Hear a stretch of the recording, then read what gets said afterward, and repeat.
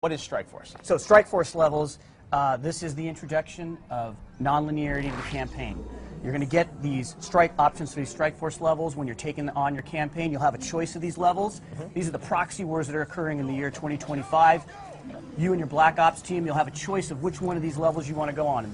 In this case, we've chosen Singapore. We're going into Singapore with this Black Ops level. Now, the thing about Strike Force levels is they are entirely new game design. Right now, what you've seen him just do, the player just do here, is he's gone into Overwatch mode. He's looking at it from a strategic vantage point, and he's setting up his markers here. He wants his squad to go here.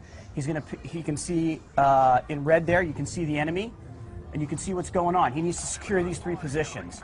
So he's getting a lay of the land. He's going to set it up, and then at will, he can move into and play any one of these. Choice, right? So it's like how you can play this level the way you want to play. It's a sandbox level. You can take over the objectives in whatever way you want, in any order that you want. And you can play, you can lose. And you can level, lose. Right? And you can lose. So so obviously in a Call of Duty game, you need to win, right?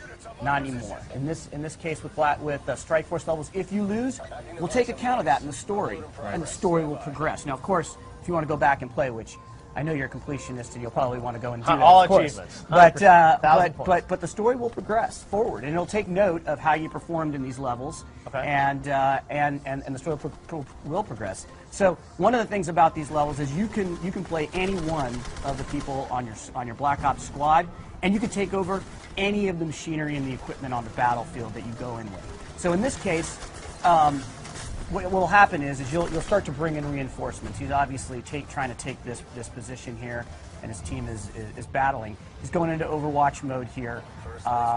He's about to get some new units that are dropped in that he can take over and play with. Wow.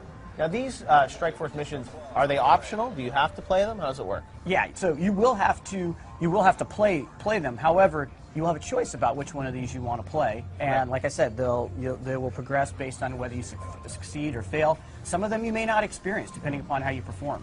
And these are certain kind of throughout the campaign, you'll have different Strike Force moments or missions that connect to the story. You got it. That's exactly it. And so it's unique in both structure, but also in gameplay. And right here, he's taken over.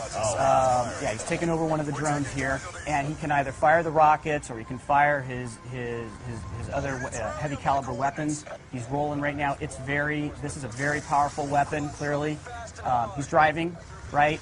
It's a different game mechanic altogether, so you're both driving and you're fighting here. Right. The other side has some of their own drones as well. That's a cognitive land assault weapon. That's a very heavy piece of machinery. You have access to that on your side as well in this particular level.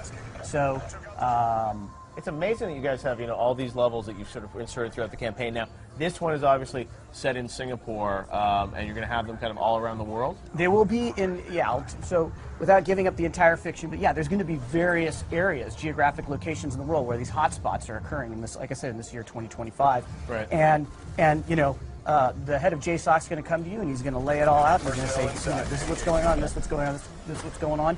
Where do you want to go? Make a choice. Make a choice.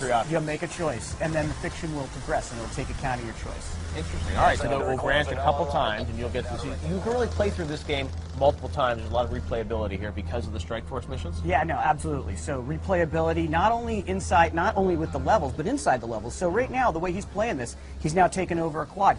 He's choosing to play this level in a particular way. So he's flying through this level with the quad, which is just a lot of fun. You can see that he's... So this quad gameplay, is that gameplay that we'll see in the single-player campaign as well, or are you reserving that for the Strike Force? So there is quad gameplay in the campaign. What we've showed you is actually it being used as squad backup. Right. Okay. So different mechanic altogether. There's a quad right there. Right now you're flying it and you're fighting it. In the campaign in Los Angeles that we showed you guys yesterday, that's squad backup for you. So it's a different gameplay mechanic. So we're able to use the new technology of warfare in the year 2025 in completely different ways depending upon the context here. All right, Marco, I think we're going to have to leave it there. That is Strike Force, though. You got so much coming for Call of Duty Black Ops 2 Strike Force. We saw a campaign yesterday, multiplayer this summer as well, right? Absolutely, and don't forget zombies, Jeff.